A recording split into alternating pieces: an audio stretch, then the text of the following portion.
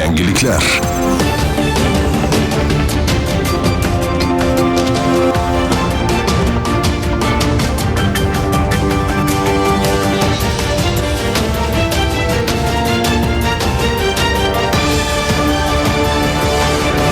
Assalomu alaykum. Yangiliklar bilan studiyada Dilfuza Yusupova.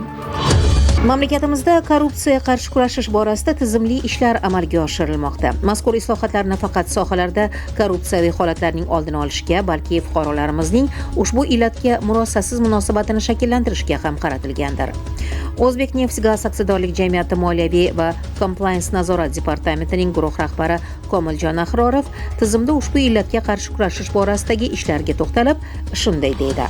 O'zbekneftgaz aksiyadorlik jamiyati tizimida ham korrupsiyaga qarshi kurashish ishlari izchil davom etmoqda. Jismoniy va yuridik shaxslar, shuningdek, tizimda faoliyat yuritayotgan ishchi xodimlardan kelib tushayotgan murojaatlar atroflicha o'rganilib, korrupsion holatlarning oldini olish bo'yicha tegishli choralar ko'rilmoqda. Ma'lumot uchun aytib o'tish joiz, jismoniy va yuridik shaxslarning murojaatlari to'g'risidagi qonun talablariga muvofiq O'zbekneftgaz aksiyadorlik jamiyati boshqaruvi tomonidan aloqa kanallaridan keladigan xabarlar qabul qilish va ishlash ichki me'yoriy hujjatlari tasdiqlangan. Unga ko'ra, murojaatlar maxsus aloqa kanallari, shu jumladan 1810 qisqa raqamli ishonch telefoni orqali qabul qilinib, o'rganishlar olib boriladi. Joriy yilning o'tgan 10 oyi davomida 51 ta murojaat o'rganilgan. Shundan 10 ta murojaat qanoatlantirilgan, qolganlari esa huquqiy tushuntirishlar berilgan. Masalan, Qashqadaryo Sharq Gavhari nomli tadbirkorlik subyektining xarid jarayonlarida qonunbuzarlik bo'lganligi haqida murojaati o'rganilganda, ushbu holat haqiqatdan ham tasdig'ini topgan.